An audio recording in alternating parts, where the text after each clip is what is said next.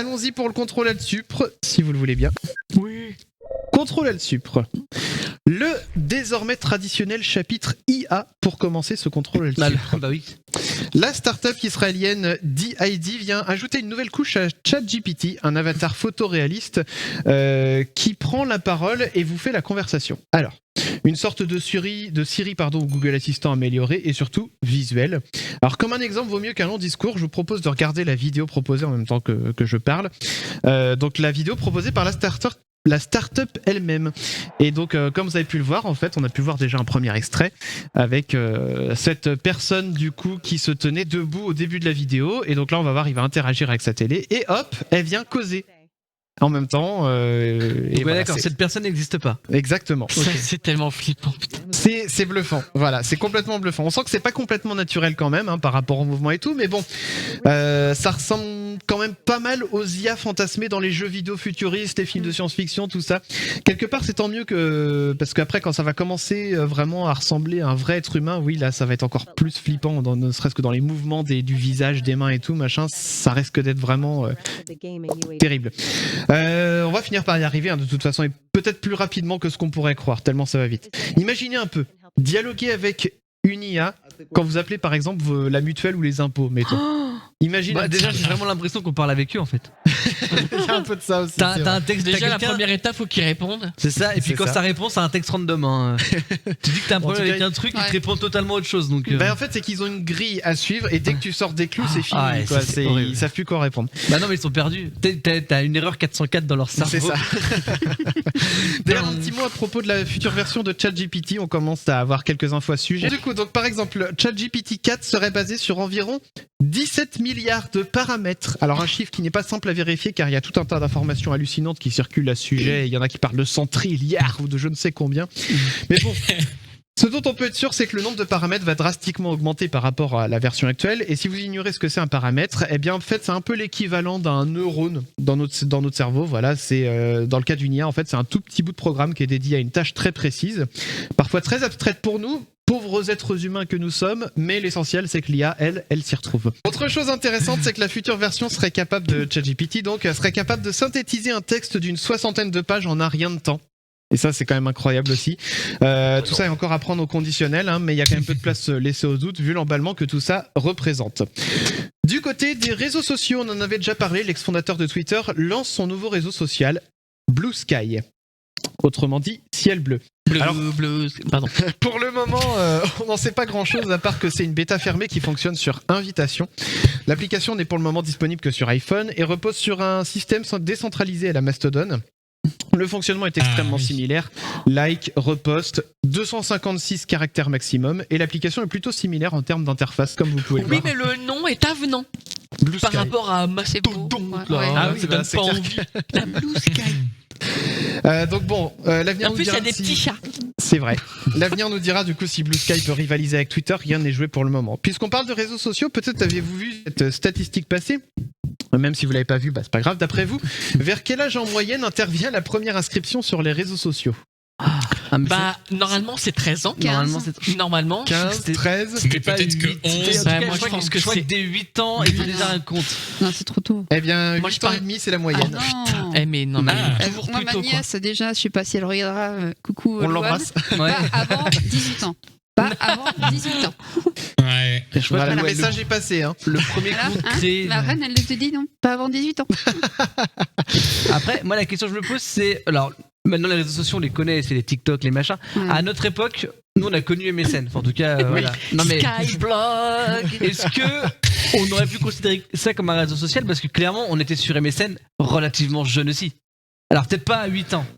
Oui, mais on Ouais, n'était mais pas tu sur de la divulgation C'était d'informations chat, comme ouais, maintenant. C'était Tu du mets chat. pas ta- tu mettais c'était, pas ta photo. Ouais, c'était du. Tu Bah, à discutais part avec, des éventuellement amis. la photo de profil, Hmm. éventuellement. Mais en Mais gros, c'était dès- du chat dès- instantané, dès et puis 11-12 salut. ans, on était globalement quasiment tous sur MSN à parler Ouais. avec ses potes du collège et du coup quand on rentrait de l'école, on a Ouais, c'est discuté ça. avec Oui, mais eux. on apprenait. C'est plus. On est c'est plus les skyblogs, je sais pas le comment dire problème. ça. On Les découvrait skyblogs. en fait. Caramel. On découvrait. Ah oui, ouais. On découvrait la chose, quoi. Un nom de réseau qui m'attire, Nutella Raclette. C'est très axé MySpace bouffe, aussi, par c'est contre. vrai. MySpace, c'était considéré comme un réseau social. Mhm. Hein. Oh, ça doit être un des premiers. Hein. Donc bon, tout ça pour dire, voilà, 8 ans et demi, ça reste une moyenne, donc aussi bien dans un sens comme dans l'autre, et donc franchement, c'est hyper jeune. On parle de tous les réseaux sociaux confondus, hein, donc pas que TikTok et compagnie, hein, même si voilà, on se doute que là-bas, il y a beaucoup de jeunes. Et donc plus de la moitié des 10-14 ans, ils sont présents sur les réseaux sociaux. On a déjà évoqué ça ici, mais vu comment les réseaux sociaux sont incubateurs de haine, voire de harcèlement par essence, et des destructeurs de capacité d'intention et d'estime de soi, bah, il est grand temps que les parents prennent leurs responsabilités, surveillent un peu l'activité sur Internet de leurs gamins. Quand on sait aussi qu'il y a des prédateurs mal intentionnés qui traînent, eh bien, ça devrait normalement en faire réfléchir plus d'un. Et pourtant, le gouvernement se retrouve à légiférer pour obliger les réseaux sociaux à effectuer des contrôles d'identité. La règle en France sera simple, en dessous de 13 ans, interdiction formelle d'utiliser les réseaux sociaux, sauf pour les plateformes labellisées. Une règle déjà en place aujourd'hui, mais largement contournée, car aucune vérification réelle de la date de naissance et de l'identité n'est effectuée. Entre 13 et 15 ans, l'accès sera autorisé avec un accord parental obligatoire. Les parents d'enfants déjà inscrits pour bloquer l'accès à leur compte si nécessaire. Les parents d'enfants déjà inscrits pourront bloquer, voilà, j'avais oublié une syllabe, pourront bloquer l'accès à leur compte si nécessaire. Les plateformes vont devoir se mettre donc en conformité ou à risque de lourdes sanctions. L'idée reste bien sûr de protéger les plus jeunes, mais l'idée d'envoyer des documents d'identité à tous les réseaux sociaux auxquels on veut s'inscrire, bah, ça pose aussi question quand même, hein, notamment sur la protection des données personnelles. Ça aussi, ce sont des sujets qu'on a déjà abordés ici. Que se passe-t-il si un pirate mal intentionné arrive à obtenir la copie de millions de cartes d'identité d'enfants ? Je vous laisse deviner. La solution la plus viable, à mon avis, ça reste de dire aux parents qu'ils sont encore responsables de leur progéniture et qu'ils doivent veiller à ce qu'ils font sur Internet, car il ne faut pas se leurrer, les jeunes ont vite fait de trouver des moyens de contourner les règles. Bon, c'est quelque chose, quand j'étais ado, j'étais un peu pareil sur Internet. On vient de l'évoquer, MSN, tout ça. Bon, il y avait moins de contrôle aussi à l'époque. Oui. Et puis info de dernière minute que j'ai lu ce midi aussi à ce sujet, l'Assemblée nationale et le Sénat étudient actuellement une notion de vie privée pour les enfants. Le but est de protéger les enfants de l'exposition aux réseaux sociaux et de la surexposition aux écrans dès le plus jeune âge. Un rapport datant de 2018 précisait qu'en moyenne sur Internet, dans le monde, un enfant de 13 ans apparaît sur combien de photos d'après vous ? Un enfant de 13 ans, sur combien de photos avant qu'il ait 13 ans ? Avant Ouais. Ah, genre quand. Ses les- parents qui postent des photos de lui. Ah oui, genre les vieilles meufs de télé-réalité, genre à peine accouchées, hop, t'as une Alors photo pas, sur pas le... que les... Non, même si- pas Non, que mais les... juste des parents voilà. qui posent des photos d'enfants. Ah oui, sur oh, bah, Facebook, putain, mais quoi. des tas. Ouais, Ah ouais, combien mais pour là, un ouais. enfant ? Ouais, en moyenne. Je sais pas, je Ah, dirais bon, c'est- 30. Non, 30. Plus. tu peux rajouter un zéro derrière, je suis sûr. Ouais, 300 pour Damien. 200, hein. Combien tu dis ? Plus de 100. 200. Clem, une idée ? Les échographies, ça compte. Bah en soi, si le gosse a pas donné son... Oui. Alors on a un tout pile dans le chat, mais peut-être que la personne a vu l'info, c'est JP, 1300. C'est une moyenne. Ah, moi avec mes pauvres 30 là. C'est juste 300 énormissime. photos avant les 13 ans, quoi. C'est ça. Donc c'est en partant de ce constat que le gouvernement souhaite donc instaurer un droit à l'image pour les mineurs et de Ah, vie bah privée de l'enfant dans la définition de l'autorité dans le code civil. Il a vu l'info, effectivement. Bah c'est comme le couple là qui s'est fait condamner là. Oui, tout à fait. Bah, je pense que ça fait partie de l'actualité du coup. L'objectif étant donc de responsabiliser les parents de l'exposition qu'ils font de leurs enfants sur Internet, qui peut avoir des conséquences qu'on a évoquées tout à l'heure. J'aurai l'occasion de revenir sur les détails du texte de loi quand il sera adopté, car contrairement à la réforme des retraites, il est plutôt consensuel. TikTok, elle est un peu sur la sellette en Europe et aux États-Unis. L'application se fait blacklister de certains métiers, comme au Sénat français par exemple, Oui. car elle est soupçonnée d'espionnage pour le compte de la Chine. Elle est Après également... le Sénat. Et comment Je veux dire, le Sénat, c'est pas non plus, je pense, les sénateurs les plus gros consommateurs de TikTok, quoi. Non, mais il y a la Commission européenne, il y a Oui, non, pareil mais des institutions le aux Sénat. États-Unis, voilà, il y a... La moyenne d'âge est à peu près de 60. Ouais. Donc, déjà, ils sont comme ça. Ça marche comment ? Merde, tu es en live ? Attends, merde. Non, mais... Mais pourquoi il danse ? Enfin bon, elle a également dû mettre aussi en place une limitation d'utilisation à 60 minutes par jour pour les utilisateurs âgés de moins de 18 ans. C'est un bon début, j'ai envie de dire. Pour terminer, on va parler un peu d'innovation. La start-up française Profeasy a conclu un accord avec Qualcomm, la célèbre société spécialisée dans les technologies mobiles. L'objectif, améliorer la qualité des photos et des vidéos à l'aide d'un capteur inspiré du fonctionnement de la rétine humaine. Tenez, quand vous utilisez vos yeux, ils ne capturent pas l'intégralité de l'image, parce que sinon ça ferait beaucoup trop de travail pour Oui. votre cerveau.